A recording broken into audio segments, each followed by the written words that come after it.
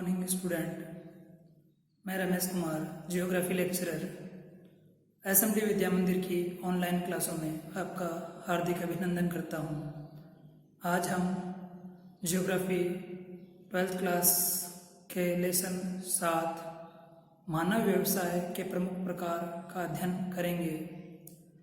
इसी अध्याय के कुछ बिंदु जो हम पिछले वीडियो में अध्ययन कर चुके हैं, उन्हीं बिंदुओं को हम आगे जारी रखते हैं।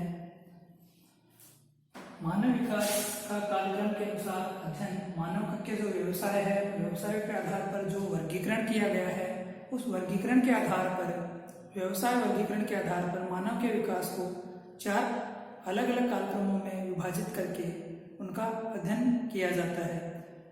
आज से पहले के वीडियो में हमने इन्हीं कालक्रमों का अध्ययन किया था। इनमें से 3 कालक्रम का अध्ययन हम कर चुके हैं: प्राग ऐतिहासिक काल, प्राचीन काल और मध्यकाल। आज इस कालक्रम का चौथा और अंतिम भाग है, वह है आधुनिक काल।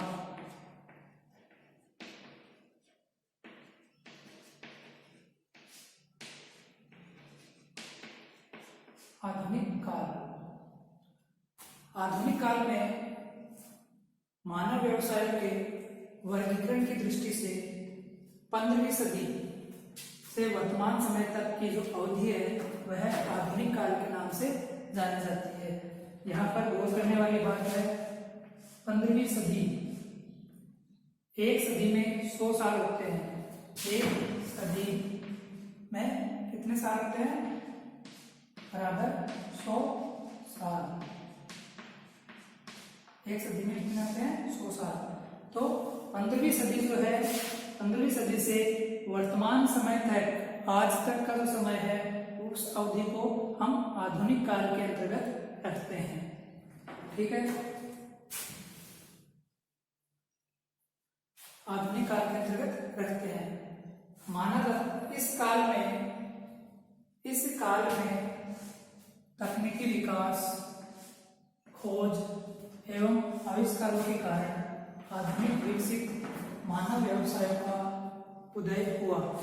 जो आधुनिक काल है, आधुनिक काल में बहुत सारे तकनीकी विकास हुए, टेक्निकल डेवलपमेंट हुए, बहुत प्रकार की खोज हुई और हम देखते हैं मानव आज चांद पर पहुंच गया है, मंगल ग्रह पर पहुंच गया है और उसकी और भी भावी योजनाएं हैं। वह इन चांद और मंगल ग्रह पर मानव बस्तियां बसाने की राह पर अग्रसर है। तो यह सब तकनीकी विकास, खोज एवं आविष्कारों के कारण संभव हुआ है। तो इन्हीं तकनीकी विकास, खोज एवं आविष्कारों के कारण आधुनिक विकसित, वर्तमान में जो अलग अलग प्रकार के व्यवसाय है, विकसित सभ्यता है, विकसित व्यवसाय है, तो आधुनिक विकसित मानव व्यवसायों का उदय हुआ। इस काल में अर्थात आधुनिक काल में, इस काल में मानव जो है वह प्राथमिक व्यवसायों की तुलना में, किससे तुलना कर रहे हैं? प्राथमिक व्यवसायों से तुलना कर रहे हैं। इस आधुनिक काल में मानव प्राथमिक व्यवसायों की तुलना में द्वितीय, तृतीय, चतुर्थक और पंचमक व्यवसायों से जुड़ने लगा। आधुनिक काल में मानव जो है वह प्राथमिक क्रियाओं को धीरे धीरे कम करने लगा। प्राथमिक आर्थिक क्रियाकलाप है, उनमें संलग्नता कम करने लगा और प्राथमिक व्यवसायों की तुलना में उसने द्वितीय, तृतीय, चतुर्थक और पंचमक प्रकार के जो आर्थिक व्यवसाय है, आर्थिक क्रियाकलाप है, उन क्रियाकलापों में अपना योगदान बढ़ाने लगा। अर्थात प्राथमिक क्रियाकलापों में मानव की जनसंख्या आबादी कम होने लगी और प्राथमिक क्रियाकलापों के अलावा जो अन्य आर्थिक क्रियाकलाप है, द्वितीय, तृतीय, चतुर्थक और पंचमक प्रकार के व्यवसाय है, उनमें मानव का सहयोग, मानव का योगदान बढ़ने लगा। इसी युग में अर्थात आधुनिक युग में औद्योगिक क्रांति हुई। हम सब जानते हैं आधुनिक औद्योगिक क्रांति हुई, जिसमें बड़ी बड़ी मशीनरियों का आविष्कार होने लगा। तो इस औद्योगिक क्रांति के कारण अधिकतर आर्थिक क्रियाएं जो है वह स्वचालित मशीनों के द्वारा संचालित होने लगी। औद्योगिक क्रांति से पहले मानव की अधिकांशतः आर्थिक क्रियाएं थी, जितनी भी गतिविधियां थी वह मानव श्रम के द्वारा या पशु श्रम के द्वारा ही परिपूर्ण की जाती थी। किंतु औद्योगिक क्रांति हुई तो औद्योगिक क्रांति के कारण बहुत सारी मशीनों का आविष्कार हुआ, बहुत सारी मशीनें बनने लग गई। तो इन मशीनों के प्रयोग से मानव की जितनी भी आर्थिक क्रियाएं थी, उन आर्थिक क्रियाओं में अधिकतर आर्थिक क्रियाएं इन मशीनों के माध्यम से संचालित होने लगी। 19वीं शताब्दी यहाँ पर गौर करने वाली बात और है। सदी में भी 100 साल होते हैं और एक शताब्दी में भी 100 साल होते हैं, लेकिन यहाँ पर एक सोचने वाली बात है, एक शताब्दी में भी 100 साल होते हैं। अब जिक्र हो रहा है यहाँ पर 19वीं शताब्दी का, तो कौन से सन हुई है? 19वीं शताब्दी। 19वीं शताब्दी से तात्पर्य है सन 1800 के बाद की जो सन है, वह 19वीं शताब्दी के अंतर्गत शामिल होगी।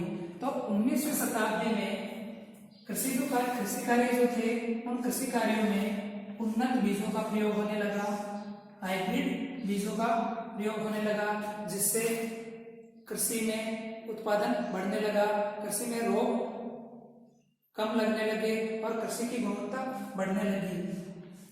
तो 19वीं शताब्दी में उन्नत बीजों, हाइब्रिड बीजों का प्रयोग होने लगा, कृषि कार्यों में रसायनों का प्रयोग प्रारंभ हुआ, विभिन्न प्रकार के कीटनाशकों का प्रयोग होने लगा, जिससे फसलों को कीड़ों से बचाया जा सके। इसके अलावा 19वीं शताब्दी में कृषि कार्य उन्नत मशीनों के प्रयोग से होने लगा था। 19वीं शताब्दी में कृषि कार्य में जहाँ 19वीं शताब्दी से पहले कृषि कार्य अधिकतर मानव श्रम या साधारण तरीके से किया जाता था, वहीं 19वीं शताब्दी में कृषि कार्यों को उन्नत तकनीक, उन्नत बीजों, उन्नत रसायनों, कीटनाशकों व उन्नत प्रकार की मशीनों के प्रयोग से संपन्न किया जाने लगा। फलस्वरूप कृषि का जो उत्पादन है वो एक अचानक से बढ़ गया। इसके अलावा जो पशुपालन है, 19वीं शताब्दी के बाद या 19वीं शताब्दी में पशुपालन एवं जो मत्स्य व्यवसाय था, वो पहले साधारण तरीके से किया जाता था। छोटी छोटी नौकाओं में या समुद्र किनारों पर छोटे छोटे जाल बिछाकर मछलियों को पकड़ा जाता था और उन मछलियों को बेचा जाता था। उसके स्थान पर पशुपालन एवं मत्स्य व्यवसाय जो है वह विस्तृत प्रकार से एवं वाणिज्यिक स्तर पर होने लगा। वाणिज्यिक स्तर पर स्वचालित मशीनों के द्वारा किया जाने लगा। 19वीं शताब्दी के बाद पशुपालन और मत्स्य व्यवसाय में काफी तरक्की हुई और यह पशुपालन और मत्स्य व्यवसाय जो है बड़ी बड़ी स्टीमर, बड़ी बड़ी नौकाओं के माध्यम से स्वचालित मशीनों के प्रयोग के द्वारा विस्तृत एवं वाणिज्यिक स्तर पर होने लगा और इन स्वचालित मशीनों के माध्यम से इन उत्पादों को अन्य उत्पादों में भी बदला जाने लगा। फूड प्रोसेसिंग प्रारंभ हो गई। औद्योगिक क्रियाओं के बाद 19वीं औद्योगिक क्रियाओं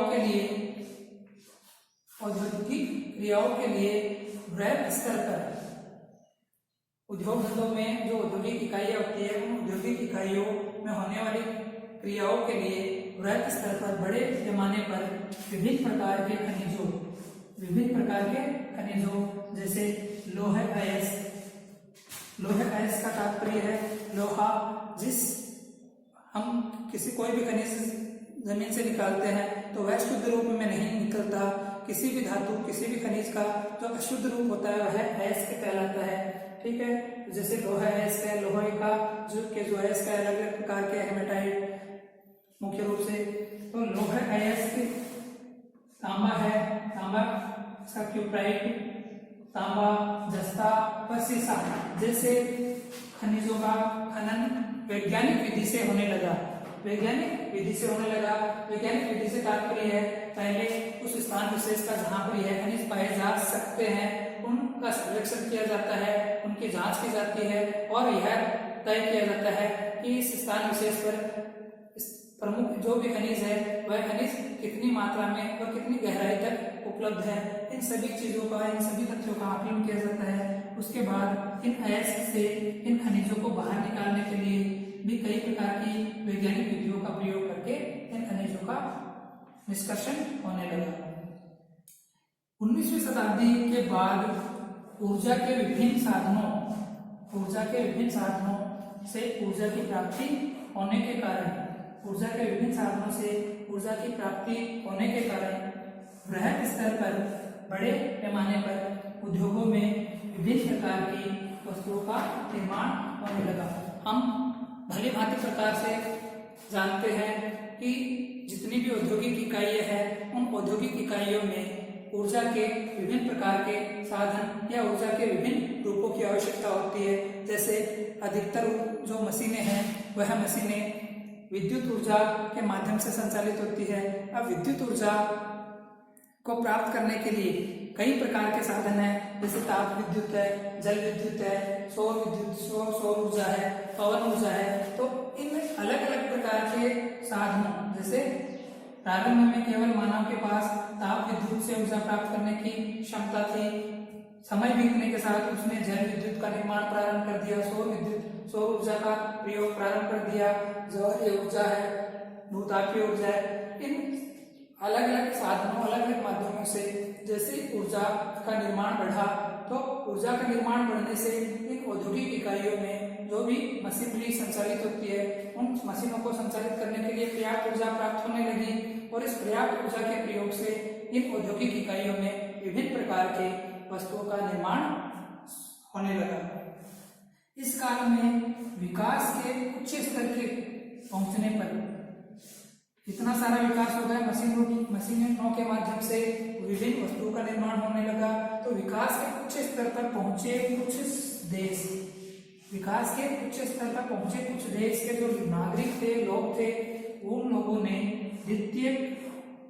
प्राथमिक, द्वितीयक और तृतीयक क्रियाओं के साथ साथ चतुर्थक एवं पंचम व्यवसायों से जुड़ने लगे और प्राथमिक व्यवसायों से उनकी संख्या कम होने लगी। आज हम देखते हैं जितने भी विकसित देश हैं, उन विकसित देशों में अधिकांश आर्थिक क्रियाएं जो होती है वह चतुर्थक और पंचमक प्रकार के व्यवसायों के माध्यम से होती है। वहां पर प्राथमिक प्रकार के व्यवसाय नगण्य श्रेणी में शामिल होते हैं। तो मानव विकास का जो कालक्रम है, वह कालक्रम आज के इस वीडियो के साथ ही समाप्त होता है। अगली क्लास में इसी अध्याय के कुछ अन्य बिंदुओं पर हम चर्चा करेंगे। धन्यवाद।